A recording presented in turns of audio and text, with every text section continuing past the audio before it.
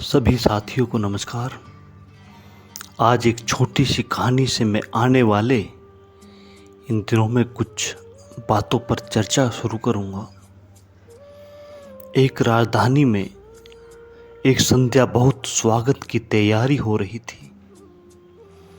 सारा नगर दियों से सजाया गया। रास्तों पर बड़ी भीड़ थी और देश का सम्राट खुद गांव के बाहर एक सन्यासी की प्रतीक्षा में खड़ा था।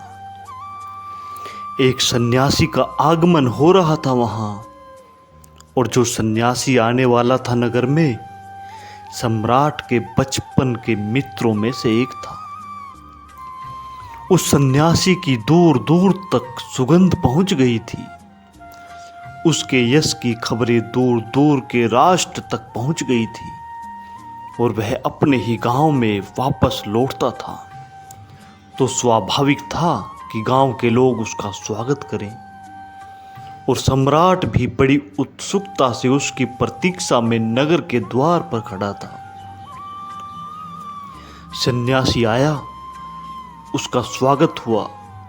सन्यासी को राजमहल में लेकर सम्राट ने प्रवेश किया। उसकी अच्छी प्रकार से स्वागत की सारी तैयारियां की गई। वह सारी पृथ्वी का चक्कर लगाकर लौटा था सन्यासी। राजा ने अपने मित्र उस सन्यासी से कहा, सारी पृथ्वी घूम कर लौटे हो, मेरे लिए क्या लेकर आए हो? मेरे लिए क्या भेंट है आपके पास? सन्यासी ने कहा, मुझे भी ख्याल आया था कि पृथ्वी की परिक्रमा करके लौटा तो तुम्हारे लिए कुछ लेता ही चलूं। बहुत चीजें ख्याल में आई, लेकिन जो चीज भी मैंने लानी चाही, साथ में यह ख्याल आया कि तुम बड़े सम्राट हो। निश्चित ही यह चीज भी तुमने अब तक पाली होगी। तुम्हारे महलों में किस बात की कमी होगी? तुम्हारी तिजोरियों में जो भी पृथ्वी पर सुंदर है, बहुमूल्य है, वह पहुंच गया होगा। और मैं गरीब फकीर, नगन फकीर, मैं तुम्हें क्या ले कर ला सकता था? बहुत खोजा, लेकिन जो भी खोजता था यही ख्याल आता कि तुम्हारे पास होगा, और जो तुम्हारे पास हो उसे दोबारा ले जाने का कोई अर्थ न था। फिर भी एक चीज मैं ले आया हूं, और मैं सोचता हूं वह तुम्हारे पास नहीं होगी। सम्राट भी विचार में पड़ गया कि यह क्या लेकर आया होगा। उसके पास कुछ दिखाई भी न पड़ता था सिवाय एक झोले के, और उस झोले में क्या हो सकता था आप भी कल्पना न कर सकोगे। वह उस झोले में क्या ले आया था, कोई भी कल्पना न कर सकेगा कि वह क्या लेकर आया होगा।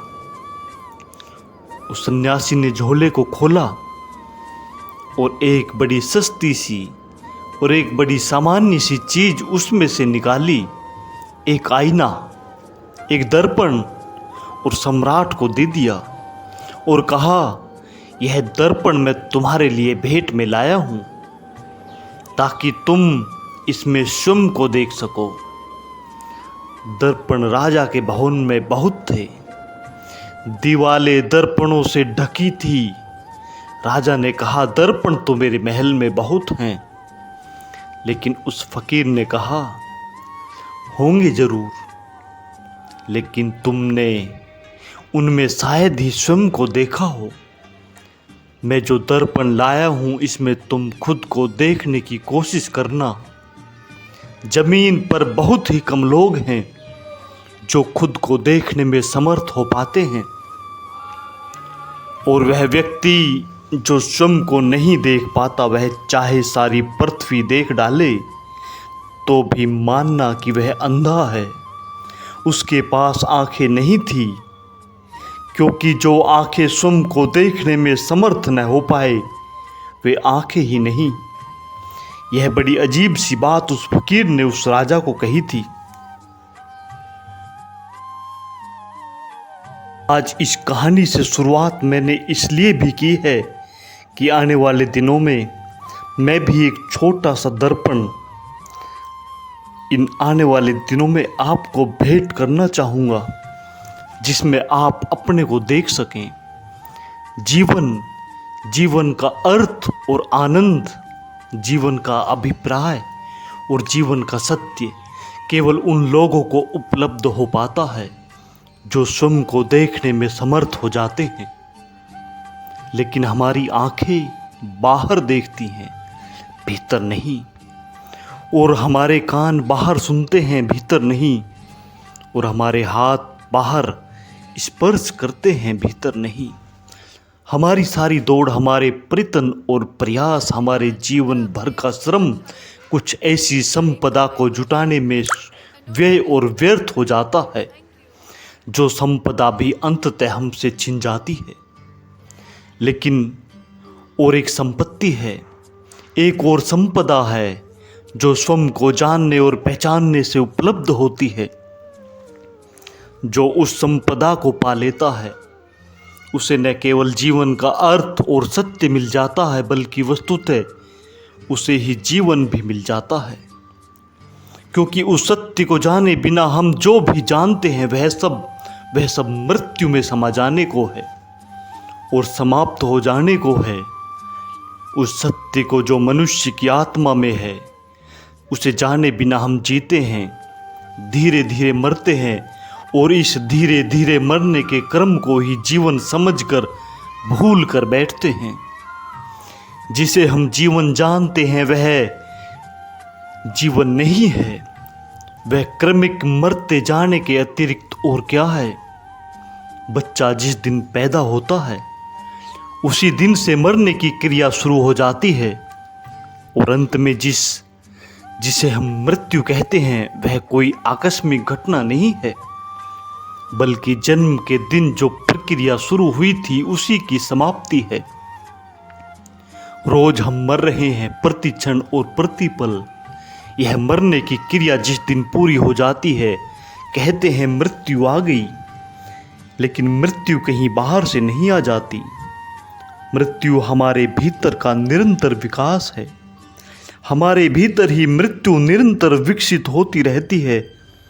मृत्यु बाह्य घटना नहीं, आंतरिक प्रक्रिया है। जन्म के साथ उसका प्रारंभ होता है और मृत्यु के साथ उसकी पूर्णता हो जाती है। तो जिसे हम जीवन कहते हैं वह जीवन नहीं, बल्कि धीरे धीरे मरते जाना है। निश्चित ही यह जो क्रमिक मृत्यु है, इस क्रमिक मृत्यु में न तो आनंद हो सकता है, न शांति हो सकती है, न सौंदर्य हो सकता है।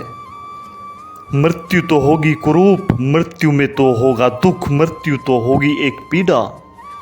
और इसीलिए हमारा एक पूरा जीवन दुख की एक लंबी कथा है।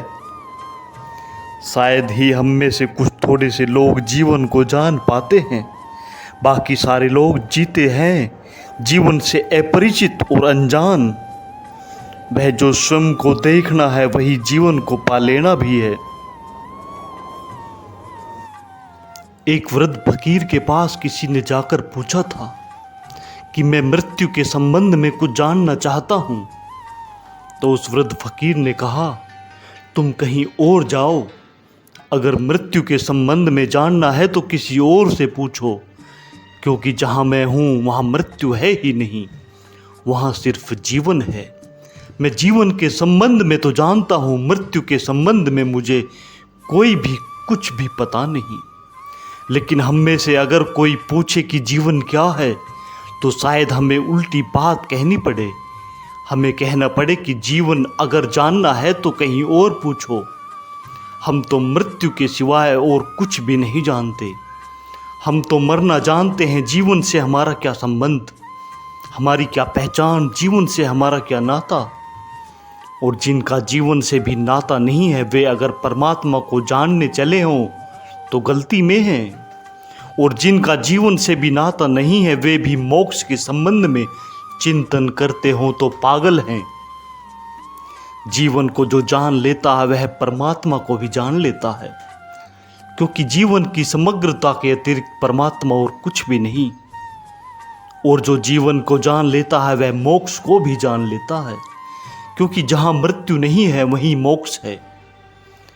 मैं इसे फिर से दोहराऊं, जो जीवन को जान लेता है वह परमात्मा को भी जान लेता है, क्योंकि परमात्मा जीवन की परिपूर्णता के सिवाय और कुछ भी नहीं। जीवन की समग्रता ही परमात्मा है। और जो जीवन को जान लेता है वह मोक्ष को भी जान लेता है, क्योंकि जहाँ मृत्यु नहीं है वहाँ मुक्ति है। मृत्यु के अतिरिक्त और कोई बंधन नहीं है, मृत्यु के अतिरिक्त और कोई परतंत्रता नहीं है, मृत्यु के अतिरिक्त और कोई दुख और कोई अंधकार नहीं है। लेकिन हम जिसे जीवन समझते हैं वह मृत्यु ही है।